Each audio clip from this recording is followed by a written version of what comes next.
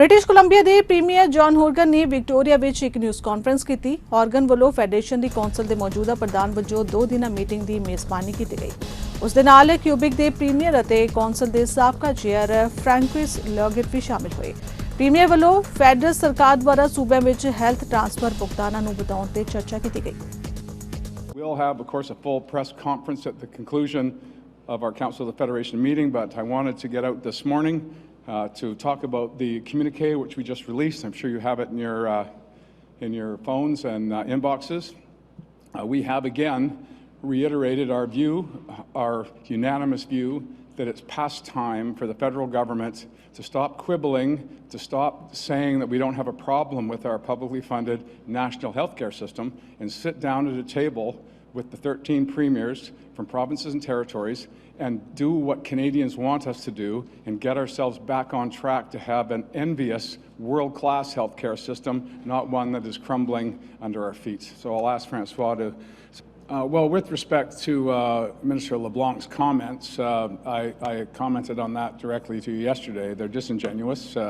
To suggest that phoning me at 8 o'clock in the morning on a Sunday after months of inaction and saying we're working together, I'll leave you to draw conclusions on that.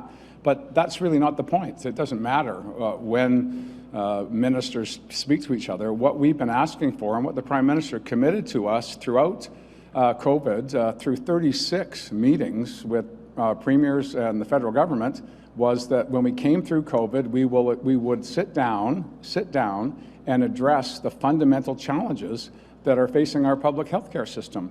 They were masked through COVID because people were staying in place.